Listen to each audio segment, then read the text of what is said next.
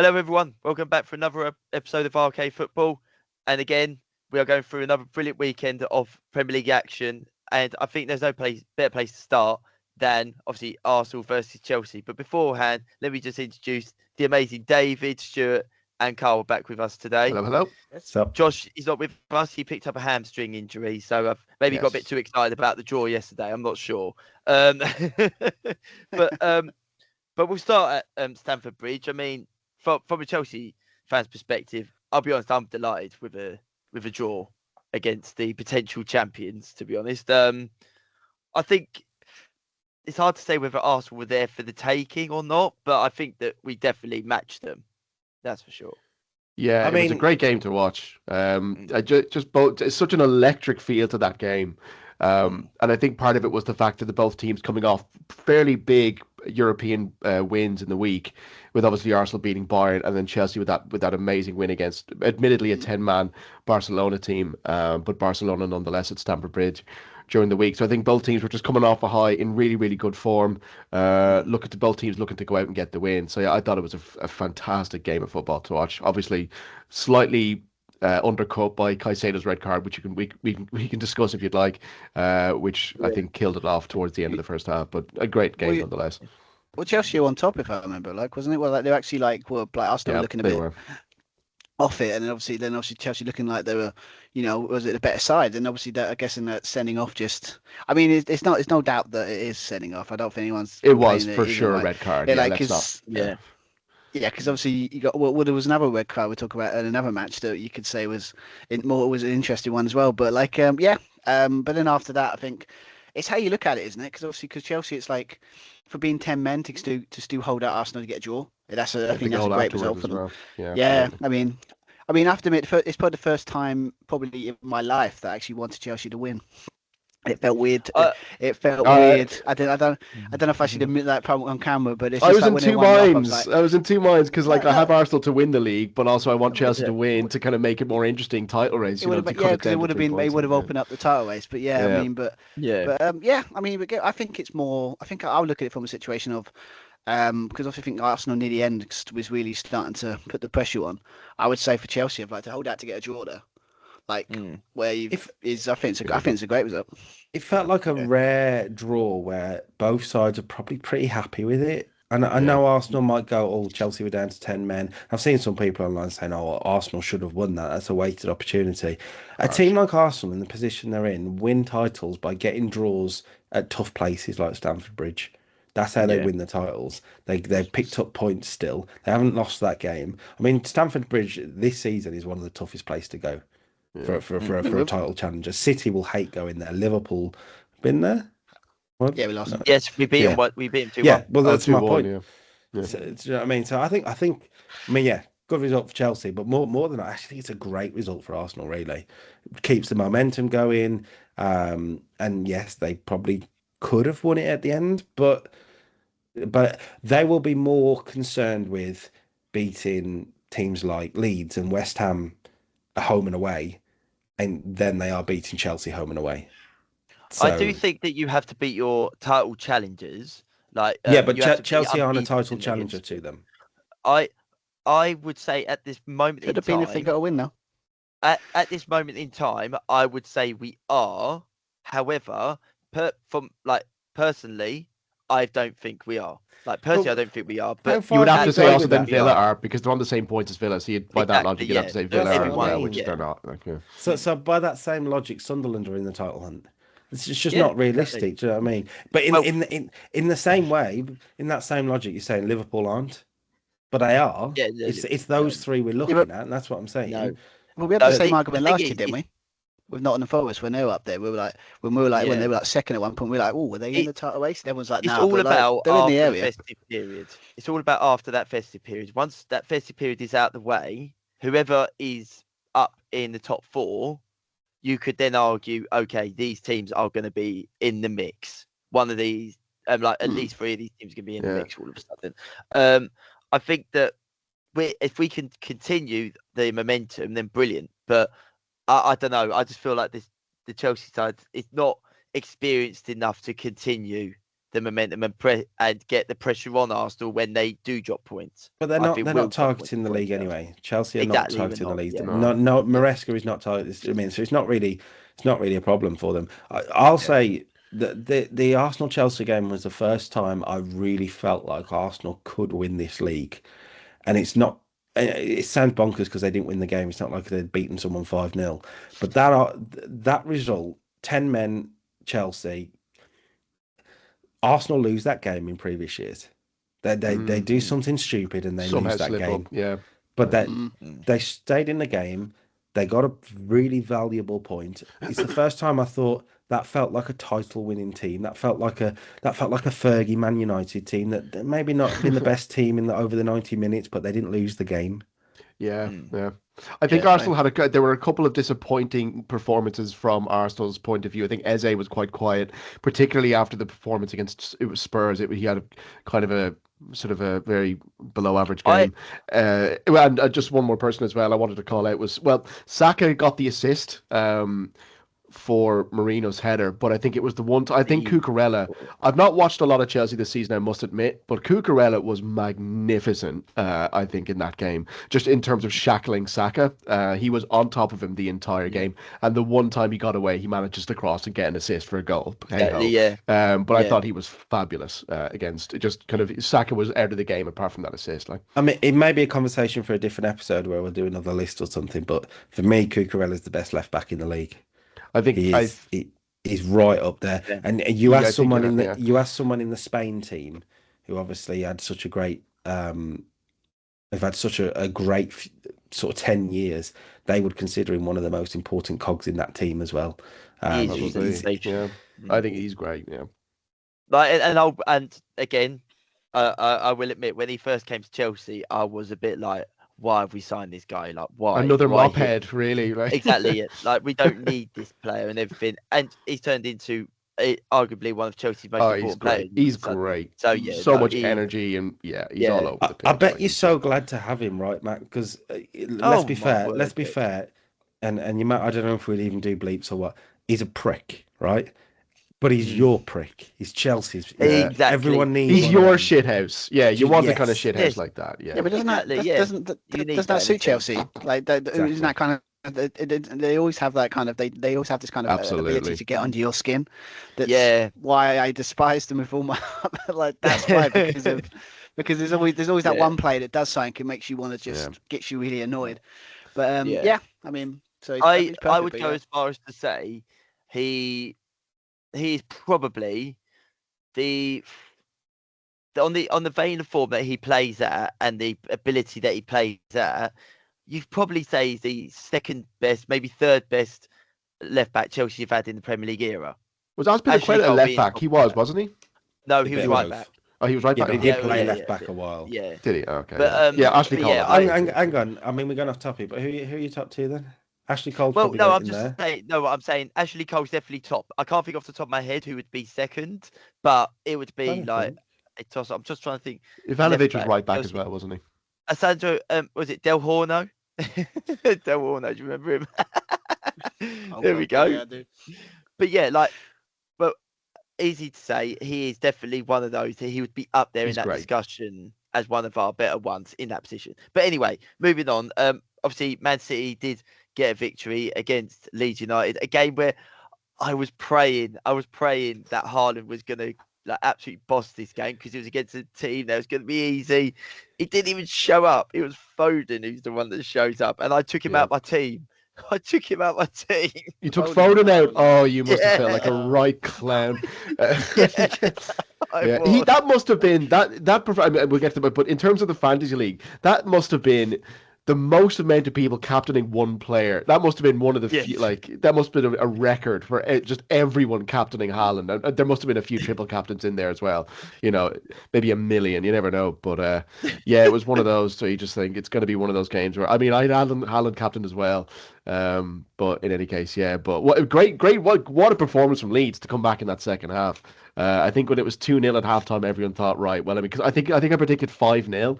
I thought, well, I'm well in line to get this right. But great from Leeds to come back into it. And I thought, if they get the winner here, I think Pep's going to be bang under it if Leeds somehow come out. They even with were a draw. helped by They were helped some. by City not being with some very questionable defending for sure. Leeds' first goal. I mean, good God! I mean, literally passed it to him. Like literally, just Right. literally passed it in the feet. It's just like both defensive errors, you can say. I think that is the difference though between this Man City side and the City side that will win in the Premier League titles is that there's that bit of vulnerability at the back. And I'll be honest, I don't rate Núñez. I don't. No. I don't rate him as a defender. He is Because good going he's not forward. a defender. But He's yeah, just not a defender. Do you know what I mean? Yeah, like when his he best dribbles position across is the box, is where a are you 10. going? Yeah, like it's. I think that was such a silly error, and it could have cost them all 3 points. That really could have done. Could have been. Yeah, my God, yeah. imagine. Against a better team. So say it was someone like Brentford or Bournemouth, they would not have won that game. I don't think. I mean, I will say we've given Arsenal a lot of credit earlier about they didn't play well, but they got a result. City didn't play well in that second half, but they got a result, and maybe that might be important at the end of it because they still won the game. Do you not think that was from the brilliance of Foden, though, more than anything else? It may well have been. It may well have been, but it got them through, is what I'm saying. Sometimes you need your players to step up. Phil Foden's consistently stepped up for City. He's an interesting one to me because he's clearly a very good player, and everyone has expected probably more than he's capable of doing. That winning goal was sensational. But people talk about him and go, he should be Ballon d'Or winning players. I don't think he'll ever be that at this stage. No. But he will be a very good Premier League player. Is it the Just English? doesn't Is have it because that of the English consistency. thing? Because obviously we do have a habit in this country of even if you have a decent amount, a decent player that's pretty decent, we kind of hype them up as like the big, like the best players in the Europe of the world. But then it's like, yeah, I mean, the City, he has turned up. I mean, obviously, always a debate of England, but again, he's a good. Like last couple of games, he's been quite good for City to be fair. But I think if you put that kind of pressure that he's going to be he's going to be like the, world class or Ballon d'Or. He's obviously going to always let you down because obviously no one that takes. Got some of the great players ever. I never really got there. So, but if but no one could deny in that game. If he wasn't in that game, City probably would have lost that because both of those guys, I actually would go as far as to say that to get the best out of Phil Foden and for him to ever reach his full potential, which it is brimming on the surface. You see it in games like against Leeds in the season he won the Player of the Season award just before the Euros. I think it's so brimming on the surface. The manager, I think, is the problem. I think that Guardiola isn't the man to get the best out of him. Hey, I don't think he'll ever leave City. I think he'll be a one club man. But I think that Guardiola is not the right manager for him to get the best out of him. We've seen. He's been bloody good under Pep. I mean, I can't particularly when he won the Player of the Year season. I mean, and this is what I mean. We've only ever seen him under Pep.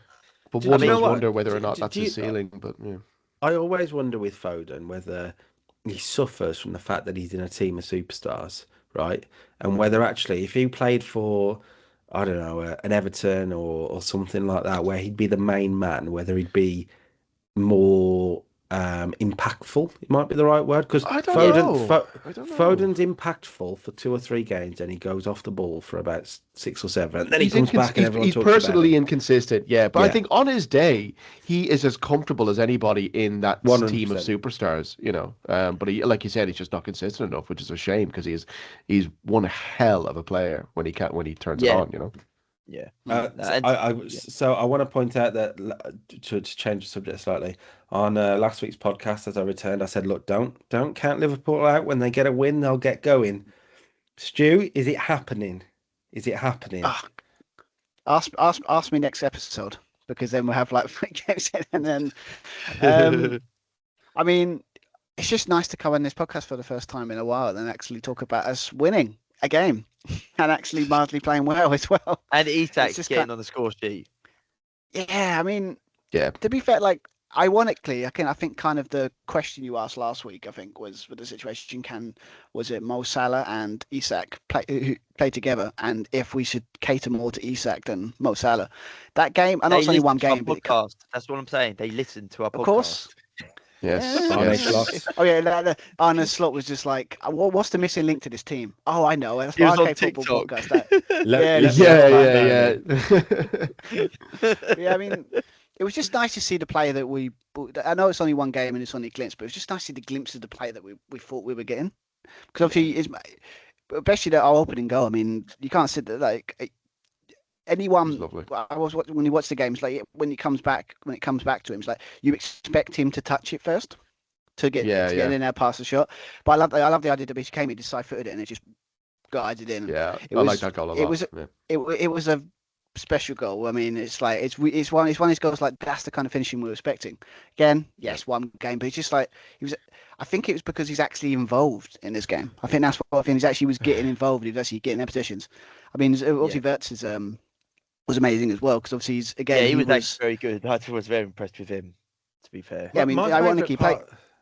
So I can say my favourite part about Isak's goal wasn't necessarily his finish or the goal he scored. It was the fact that earlier in the game he has a similar sort of thing where it gets cut back to him and he tries to bend it in the top corner and gets it completely wrong. It nearly goes out for a throw-in, but he didn't stop him. His confidence didn't go, right, I'm not doing that again. I'm not getting involved. I'm going to shirk away and not get involved in the game. He picked himself back up and he got himself a goal, which was, yes, a really great finish and what we know he can do. But I bet Slot is probably picking out those two things and go, look what you can do and look what you didn't let stop you. Because it's so easy over the last few weeks for Liverpool players to be hearing a lot of people going on podcasts like we are saying, what's going on? They've been really awful. They've been terrible, blah, blah, blah, and let it get them down. But he kept his head up, which is the first real time in his Liverpool career I felt him sort of stand up and be counted, I guess is the right way to say it. Yeah. Take responsibility and really go for it. Yeah. It must be difficult then, because it was always going to be the case that if when the time came for Slot to drop Salah, if Liverpool managed to get a win in that game, the question was always going to be, right, well, does this now mean his game plan going forward is to leave Salah on the bench long term? I mean, do you think, Stuart, was the case? Was Salah the main issue? Because we've talked since the beginning of the season about players like Wirtz and people like that, Kirkes, who we know are good quality players, and why is it they're not able to, where the Slot can't seem to get the best out of them? Was it all about positioning, this and that, getting used to the league? Is it simply a case of take Salah out and they just play better in that formation, or do you think? I think it's a mixture of a lot of things. To be fair, I mean, Mo Salah. I mean, the problem with Mo Salah is like kind of what, as I said, I think I said previously, it kind of worked last season because obviously we kind of said, no, you don't do trap back, you stay up there, and everybody did the lead work, and obviously it worked obviously brilliantly last season. But the problem is now is when he's playing, he doesn't trap back, and it kind of messes up our whole press. And obviously and everyone's think when you see he's not in the team, and you've got someone that does, you got everyone doing lead work, and obviously it does help that we actually have a defender in a defensive position in Joe Gomez. How many, what a shocking idea that you put a defender in a defensive position. I know, and it's.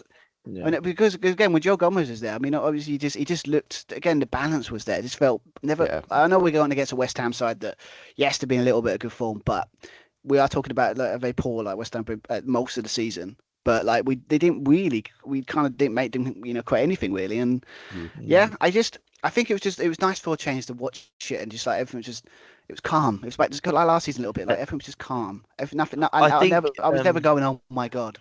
Can I just ask you very? Yeah, sorry, Stu, go on. Sorry, I cut right in front of you there. Sorry. It's fine, mate. No, it just felt like again, it was just a solid performance where just basically got the job done, and it was just nice to see that. Yeah, we won, and we won in a way, kind of comfortably in a way. That's kind of was nice to see. So but the only problem is I've got now is like West Ham might be, because obviously we've got Sunderland. That's what I wanted to ask. Does he keep Salah on the bench for Sunderland? Is it away, at home? It's away. Oh, is it home? Oh, right. Damn, that was away. No, it's Liverpool at home. Can I ask you, because I didn't watch the full game, but I've seen obviously a lot of the clips. So Wirtz, did he play 10 or did he play on the right instead of Salah? I think Sure, went out I on the think flank, he, I didn't think he? he played. I think he played the 10, and I think Szoboszlai played on the right. Okay. And obviously, because obviously, again, the annoying thing about when you got all these sporting apps, like the one you look at one lineup where it says he was like playing. Was it Cody Gap was playing on the on the right, and then obviously just I think any team that's got Szoboszlai playing on an offensive aspect or playing in like just makes us play better. We're just a better team with him in the team. But yeah, I mean, I think what worked is the Wirtz was able to just have the space. He was able to find that space. He didn't have to track back to try and. He was in the positions that he was at by Leverkusen, like higher up the pitch, kind of staying there, just waiting for those passes because he was instrumental in that first goal. I mean, and he's very unlucky to not get a goal himself, to be honest. But yeah, I saw. It's funny watched the match in the Premier League at least, where it's just saw glimpses of the player that we bought basically. I think there was one point he played a brilliant ball across the 18-yard box, and it was one of those moments where you just sat there and thought the ball is going in there. He's playing fantastic ball in. It's just unfortunate the wrong players are there, like to pick up on it. But one player I did want to mention very quickly, Paquetá of West Ham. I mean, did anyone see it? What in Lord's name is going on? And do you know what? I do have to say this. Nuno, drop him.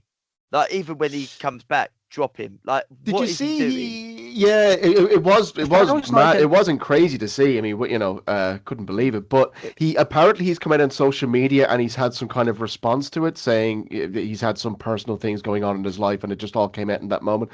I don't know. You got to remember like federation or something, or something like that. I think that's yeah. You got to remember, Lucas Paquetá was banned, of course, for gambling, right? Yeah, and possible betting. What's the word? Offences.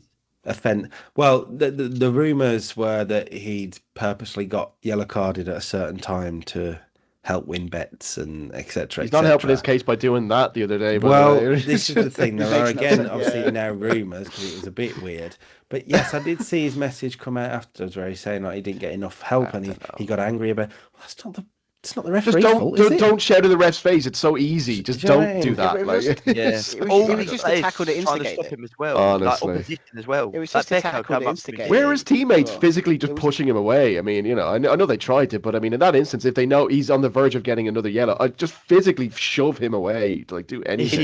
It felt a little too purposeful for me to be a loss of control. Let's not make any lawsuits here. Let's not.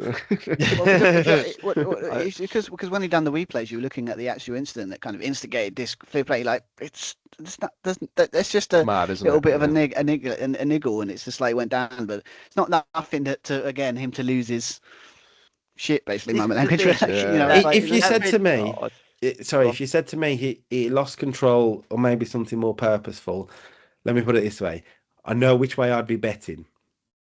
We're going to move on swiftly. We're opening up a can of worms by doing this. We'll move on swiftly. Can we talk about Tottenham? Yeah. Go for it. What do we think about Tottenham?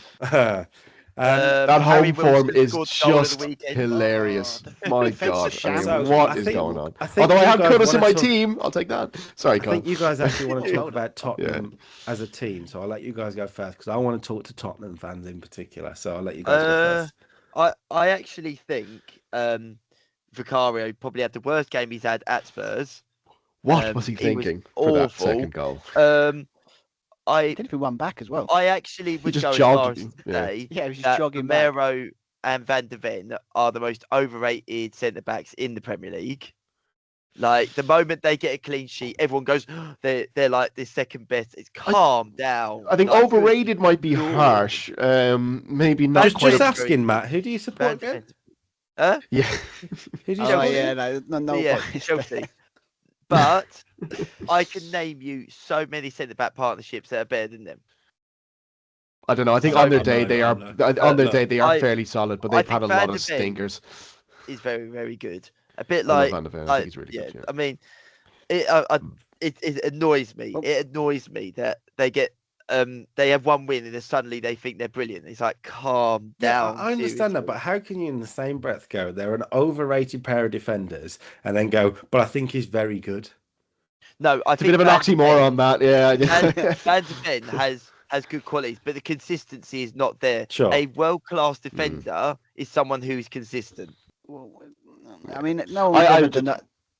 Sorry, No one was ever saying it was. I mean, I never saw world class in the same breath as him. I don't think. I mean, good defender, I can kind of mildly agree. But if anyone comes at, he's world class defender, I'm like, yeah, something's not. I don't want to say seriously wrong with you, but that's not Seriously wrong with you. It's like, I mean, he's a good defender, but again, it's like, but what's football? It's all we overhype everything. Like he's got an unbelievable goal in him.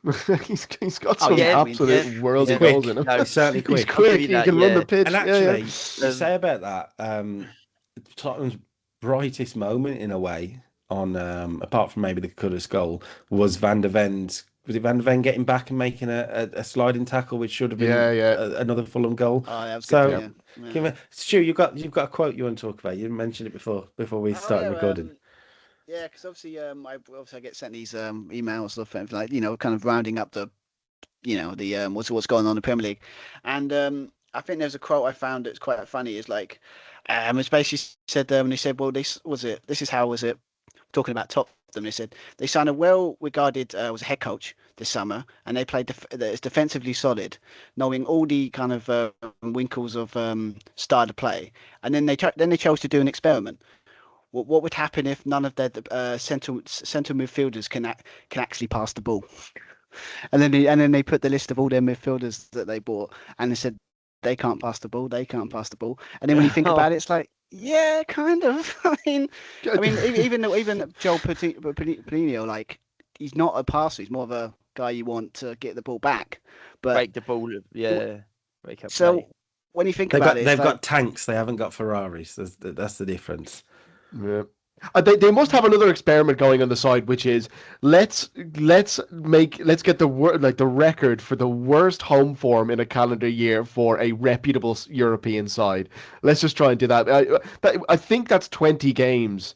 No, I didn't get my numbers right. It's something like 3 wins in 20 games. They have the worst home record in the Premier League in 2025. By quite some distance, and particularly in the top 6. I mean, what is going on at the Tottenham Stadium? Why can they not get a win? He's saying the Wolves have got a better home record than the bottom league with no wins. Probably. In the calendar year. In the year. West Ham, before Nuno Espirito Santo became their manager, West Ham's was actually the worst. And then he's joined, and now Spurs are the worst. So just goes to show. Why can they not West win at home? West Ham fans would be very happy with that stat. I have to be honest. They'd be very happy with that one. Yes, they will. Carl, there's something burning within you, so come on. Yeah, he's dying. He's dying to say something. It's the one thing that's really wound me up this weekend, right? Because straight after the game and throughout most of Sunday, all I could see on social media fans was Tottenham fans calling for Thomas Frank to be sacked. Like, who the hell do you guys think you are? Do you know what I mean? Ridiculous. Sorry, yes, you're not having the best season, and you didn't have a great season last season for the record, but you're 12th in the league. You're a bang average team that are doing bang average form. Let's be honest. You're not a big 6 team anymore. Tottenham don't play like a big 6 team. They want Ange back. I don't know what they want. It's like they think they're going to win the league or be in the top 3. Yeah, that's a ridiculous mistake. My opinion is that Tottenham decided to change things up in the summer, obviously, and Levy went as well. So they've got a new project, right? You have to back your investments at this point. You have to give Frank time. The best Premier League teams right now have all given their managers time. Maresca at Chelsea is a very good example because he could have been sacked quite easily over the past 2 years, but they stuck with him and it's working out. You look at Arteta at Arsenal. You look at Emery at Villa. You even look at Amorim at United. It's up and down, but they're certainly in a better position than they were 6 months ago or 9 months ago. And you've just got to look for slow progression. I don't know why Tottenham fans thought this season, you know what? Last season was a blip. We're gonna win the league. What's going on? Do you know what it is, Kyle? Do you know what it is, Kyle? They won the the European Cup, and it's given them it could have been the worst thing for them. It's given them the illusion that they're a big club now, and they think they're Billy Big Bollocks, and they think they should be doing top four. They should be going for every trophy this season, and the fact that they're 12th, they think, oh, let's sack the manager. That's what it is. I'm telling you. What is that? But also, I think it's also the situation of basically that them 2 or 3 seasons where they were like consistently top 3 and 4. And then all of a sudden they're thinking, well, we should have that all the time. It's like, well, if you actually look at your history, 9 times out of 10, you're basically a top 8, maybe a mid-table side, if you look at the Premier League era.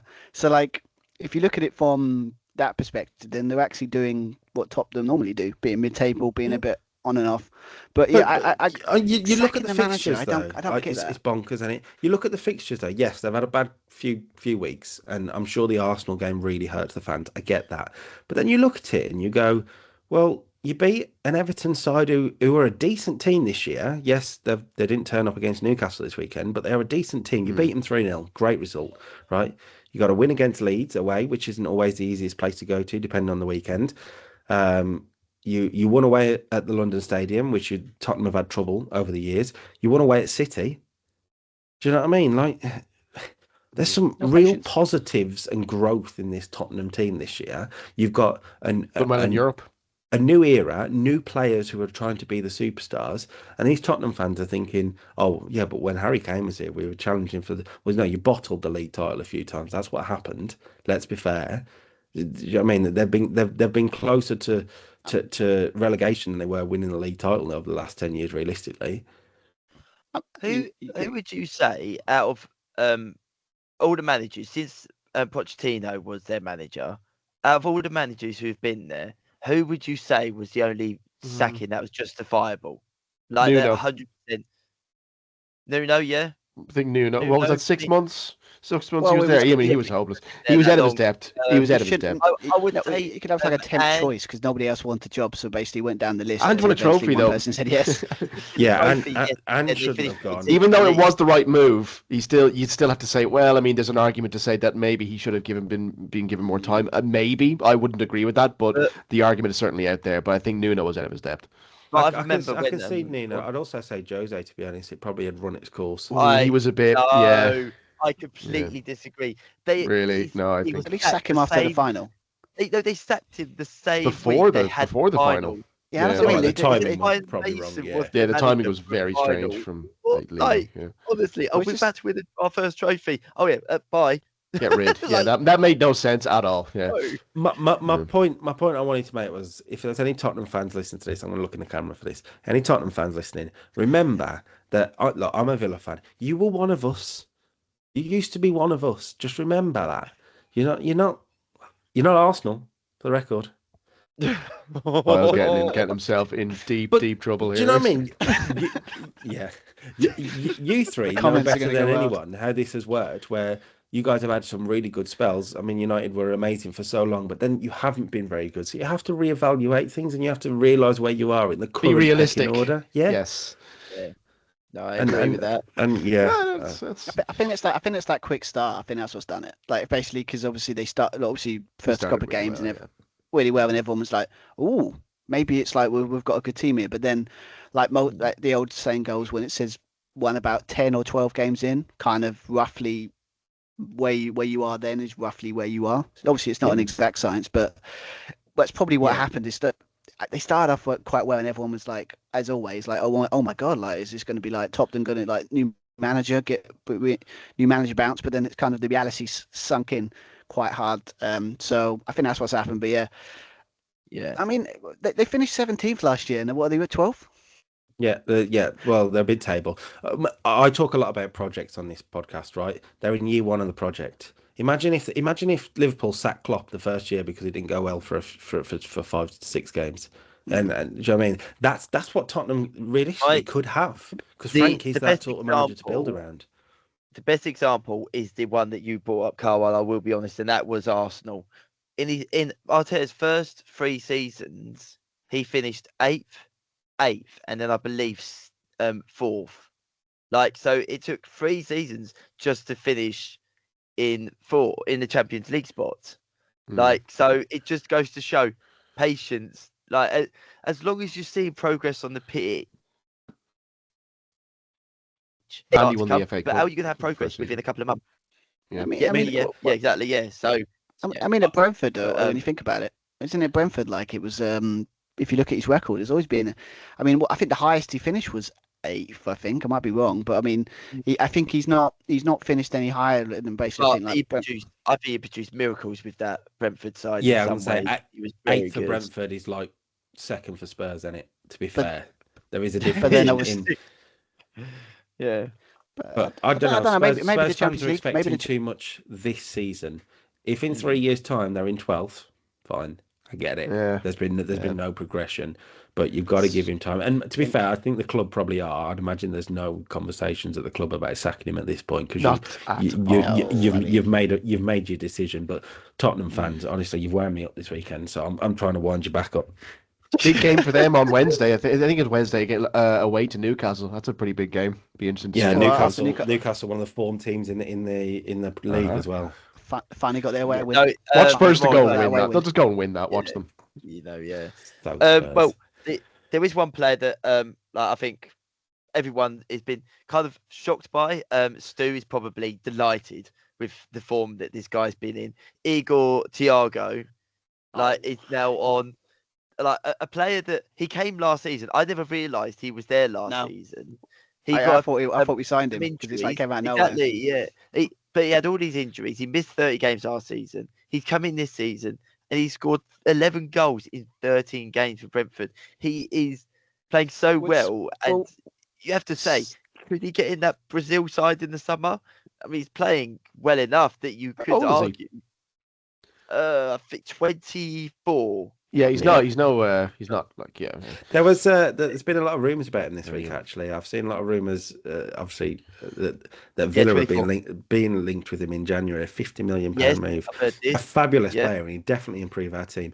Where does the Daily Mirror think Villa are getting £50 million from to spend in January? I'd like to know what they're hearing because I am. No, that's news to me. Yeah, but the problem with that though is like you always want to think with. I think that it's like, you could. This could be just like one of the. He could be a one-season wonder because obviously he could. He could be a Michi. Could be. I was just gonna say. He could be a Michi. When Amiyazaki. Amiyazaki, yeah. We used to love a bit of Amiyazaki. But Stu's right. He could be a one-hit wonder. I mean. What I will say, he's done incredibly well to not just adapt to the Premier League for the first real run of games he's had, but return from such serious injuries and still be able to adapt to a new league. It must have been. It's one of the hardest things players do, returning from an injury anyway. But imagine returning from an injury and having to get up to speed with the physicality of the Premier League. That's really incredible. He's a big, strong lad as well. I mean, it was just needs to work on, make sure he only kicks the penalty once. That'll be a good start for him. No, I agree. But I mean, once again, Brentford are just blowing everyone's minds with how well they're doing compared to what we all thought they would be doing. They're currently on 19 points at this stage of the season, smack bang in the middle of the table. And I'll be honest, at this point now, touch wood, I cannot see him going down. I can't see him going down. Nah, they'll be fine. They'll be fine. They could get sucked into it as well. I just can't see it. Do you remember when Hull had that great 3 months and then fell off a cliff? Hull is a bit different to Brentford, though. It could happen. Hull's a bit different to I'll be honest, half of me's hoping it does. They did have a Brazilian superstar, didn't they, Giovanni? Yes. So, similarities. But Brentford's got more of a track record, though, so I think it's probably more likely they're going to be fine. But I think so, yeah. I just love the way that just like we're all doing it when they pretty much lost like most of their basically there was top assists last season and both of the top goal scorers. We're thinking they're done, but now it's just the idea that they were like, no, we're fine. We've already got goal scorer waiting in the wings that no one knew about, and then it's like obviously the only problem you would have if you were going to be negative sitting there going, well, if them goals dry up, and again have problems, but at the moment it looks it's great. The home form, isn't it? I mean, Yeah, that they're that's what's making key, that place a fortress, and if that fortress starts to fall, they will fall. But at the moment, they don't look like losing at home at all. I mean, we said earlier in the episode about Stamford Bridge and Chelsea, no one will want to go there. Can tell you now, Arsenal, if they haven't played there already, will be looking at Brentford away and going, Tricky game. that's going to be difficult. Yeah. So I mean, credit to that. I said on Arsenal our play season Brentford on preview. Wednesday. There you go. I said in our season preview about Keith Andrews, and I wasn't impressed. But you know what? He's proved me and a lot of people. He's proven why there are people who make the decision at Premier League football clubs, and there are people who sit here on a podcast like us. So, all credit to them. Very true. Yeah. But we'll make one last mention. That's Newcastle United. Obviously, they get their first victory away from home with an emphatic win against Everton. But if anyone did watch the highlights, by the way, and if you haven't, please watch them. Dewsbury Hall's goal for the consolation was nothing short of unbelievable. The way he brings that down and tucks it away. Like, if that is a top, like a Champions League level player, everyone's getting excited about it. Where would so Everton good. be without him? Like at the moment, because obviously we'll start the season. We'll be in arm it. We're on the Jack Grealish train, like because obviously how good he was starting, and obviously he'll getting all the assists. But then obviously he's dried up, and then obviously but Dewsbury Hall, Dewsbury Hall's now stepping up. yeah. But then again, if you didn't have those two, you worry for Everton. But yeah, I mean, I think it was just Newcastle I think blew them away in the counter. I think it was in that game. Brilliant. Just absolutely destroyed them. Yeah, to a point. I think I want to give Newcastle a lot of credit, but I'd imagine David Moyes is tearing his hair out at losing 2 goals at set pieces, because that's not what a David Moyes team does. Yeah. Do you know what I mean? That's what he'll look at. If they'd have lost that game 2-1 because Newcastle were brilliant in attack, he'd have gone, fair enough. Yeah, fair enough. They're a good team. But to lose 2 goals by set pieces to the same player, same centre back, that will kill him. And that's what, if I was an Everton fan, that's what I'd be worried about. Not the mistakes at the back, not Pickford having a bit of a bad afternoon, if we're really honest. It would be that. Yeah. They're struggling at home, Everton. They're struggling. I mean, there was always going to be an adjustment period between moving from Goodison Park to the Hill Dickinson Stadium. They are struggling to find a little bit of consistency in the new home. I'm sure it'll come at some stage, but yeah, very inconsistent at home this season so far. But like I said, I'm sure they'll. It's what they say about those big crowds, though, isn't it? When you're playing well, it's the loudest and most passionate thing in the world. But when you're not playing well, it's still the most loudest and passionate thing in the world, and it must be quite difficult to hear. Yeah. Sort of 60,000 people booing you, just as great as it is to hear them cheering you. So it's a hard place to play, really. Yeah. But yeah, it's like still a long way to go. I think, are Everton going to get dragged into it? Like, I don't think they will, but they'll be comfortably mid-table, I'd say. I think at the moment. I mean, I think from 20th to 16th. I think they were quite close, but after I think with Fulham's win, it's kind of gave them a little bit of a cushion. I think last time. Yeah, there's like a 5 or 6 point gap between Fulham and Everton. Fulham's season looks a lot better all of a sudden after the last 2 games. Yeah, so there's 3 wins and 4, isn't it, or 2 wins and 3, something like that. Yeah. Just to clarify, it's so Forest in 16th on 12 points, Fulham in 15th on 17th. So Fulham have got that gap as well. But yeah. It's interesting, isn't it? Because you're right. A lot of people are saying Fulham, what a great season they're having. Really difficult team to take on. No one wants to play them. They're below Everton. They are below them. No, they've had a very patchy season. Yeah, they've had patchy. I think we'll see that. I think Fulham will, Everton will. I think Forest will jump up a bit under Dyche, and he'll get them playing and getting wins in difficult games, but they'll lose games here and there. I think we are looking at a pretty comfortable bottom 4 this year, and yeah. I think Sunderland are out of it, definitely, but I think Leeds and Burnley go down. I think the bottom 3 is the bottom 3. I didn't say Burnley. They're not allowed to go down. Leeds, I'm fine with. They can. I mean, I've got. They can go down. If we go by predictions and I get 2 out of 3, not bad. I don't think any of us expected Wolves to be one of the worst teams in Premier League history, but they're right up there. I don't think anyone else expected Nottingham Forest to go down. Oh wait, there was me. So please, Nottingham Forest, please go down. But on that note, we'll leave it there for this week. Obviously, this is probably going to go out after the midweek games. Can I just mention Man United very, very quickly? Just wanted to say one or two things. A really, really good performance against Palace after one of the most disastrous things I've ever seen when it comes to United performances, especially at Old Trafford, losing to a 10-man Arsenal team or a 10-man Everton team, which should not have happened. So I think the message from Amarin to the team was, bloody win this game against Selhurst Park. I don't care what happens, win this game, because that was disgraceful, and they did. I wanted to mention that as well, because you're right. Everton was a bit of a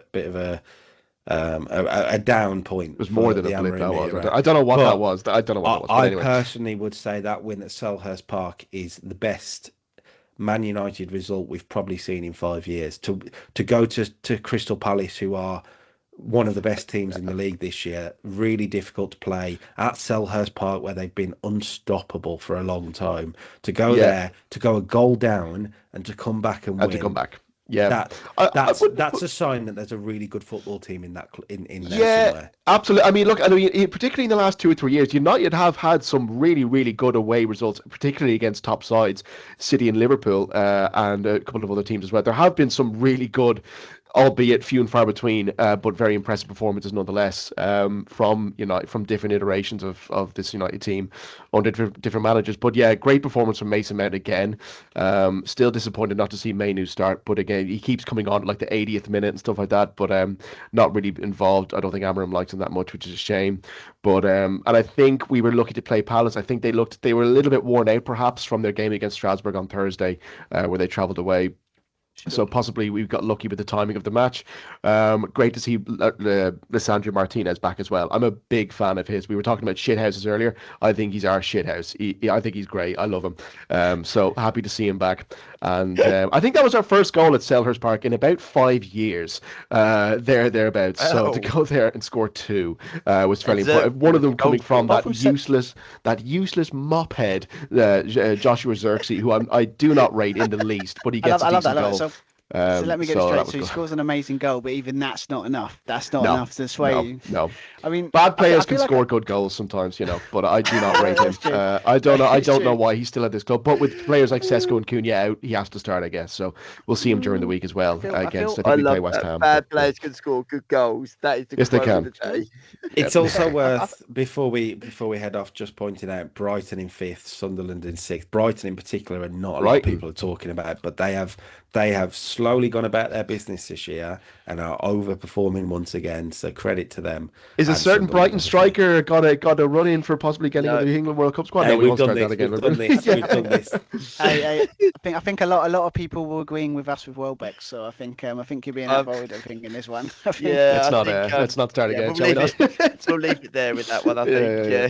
We'll leave it there. Watch our was it last episode? What last week? When that was on last week and the week before. Yeah, because that'll have it on there. Go from there.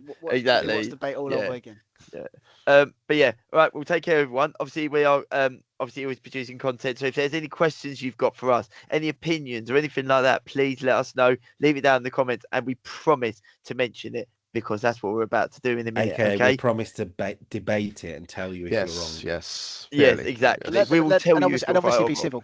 Obviously be civil questions. Be civil. ABC. Right. Take care, everyone. See you later.